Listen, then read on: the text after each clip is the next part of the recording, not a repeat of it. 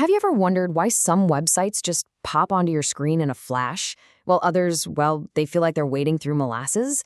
The secret, it turns out, isn't always your internet connection. It's about how the page is actually built, or rendered. And right now, the entire way we think about building websites is going through a massive shift to solve this exact problem. Oh yeah, we've all been there. That infamous, glaringly white screen with that little spinning wheel of doom. That frustrating pause is often caused by something called client-side rendering. It's a fancy term, but what it really means is that your browser gets handed a huge, complicated instruction manual and is basically told, good luck, build it yourself. And understanding that is the key to seeing why the web is changing so fast. So, this is what's happening behind the scenes during that long wait. With client-side rendering, we'll just call it CSR, the server sends over a nearly empty shell of a page and a giant file of JavaScript. Your phone or computer then has to download all that code, figure out what it all means, and then run it just to build the page you wanted to see. In short, your device is doing all the heavy lifting. Okay, let me break it down with an analogy I love. Think of it this way. Client-side rendering is like getting a brand new 1,000-piece Lego set in the mail. You get the box, you get the instructions, but you have to do all the work of putting it together. Server-side rendering, or SSR, is like opening that same box and finding the finished Lego castle already built for you delivered right to your door. All the building was done at the factory, the server, before it ever got to you. So let's really dig into this and put these two approaches, server versus client, head to head. Because the question is pretty simple. Who does the work? Your device or the server? And believe me, that one decision has huge ripple effects for speed, for your experience, and even for whether Google can find the website in the first place. And you can literally see the difference right here. On the left, that's the CSR journey. It's kind of complicated, with all this back and forth before you finally see anything.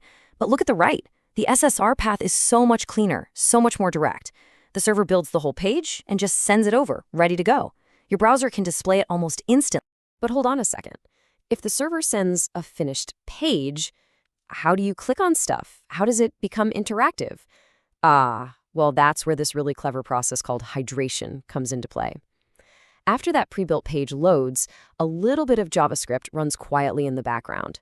It goes through and hydrates the page, attaching all the code that makes the buttons clickable and the menus work. It's kind of like flipping the power switch on a beautiful model you just put on display. So as you can see, there's no single best way to do things. It's all about picking the right tool for the job. SSR is fantastic for content sites, like news sites or online stores. You get that lightning-fast first load and search engines love it. The downside? It's more work for the server.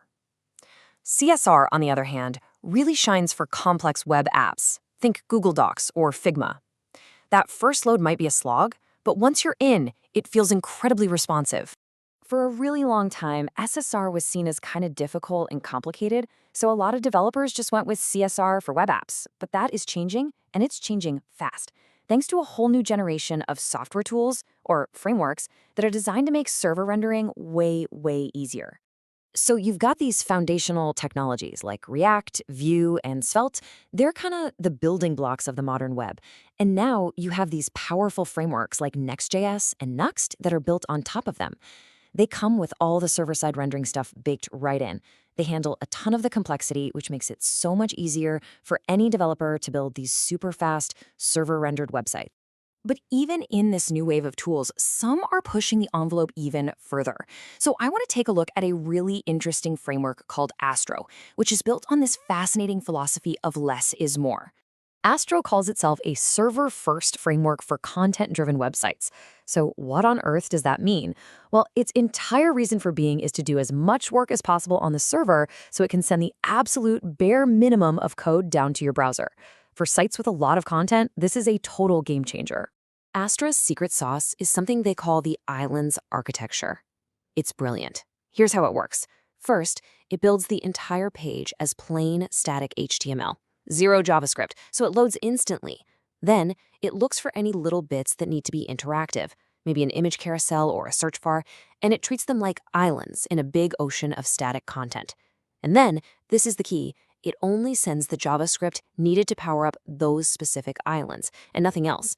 It just slashes the amount of code your browser has to deal with. Now, This big shift back towards the server isn't just some nerdy detail for developers. It has a real, tangible impact on how all of us experience the web and, of course, on the people who are building it. The amazing part is that the end goal of all this new complexity is actually incredible simplicity for you, the user. It just means faster pages, less waiting around, and a way smoother experience, especially if you're on your phone or have a shaky internet connection. It's all about making the web feel instant again. For the developers building these sites, though, this new power brings some new headaches. They suddenly have to think in what's called a dual context, like, wait, is this piece of code running on the server or is it running in the browser?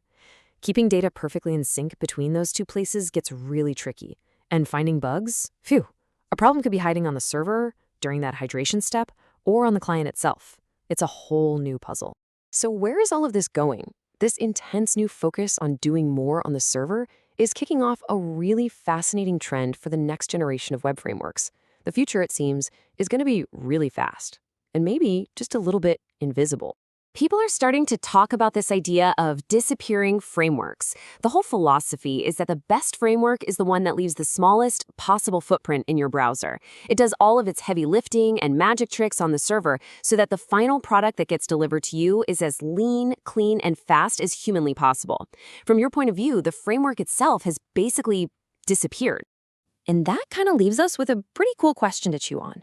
As websites get faster and faster by sending us less and less stuff, you have to wonder, is the perfect framework actually the one you never even know is there?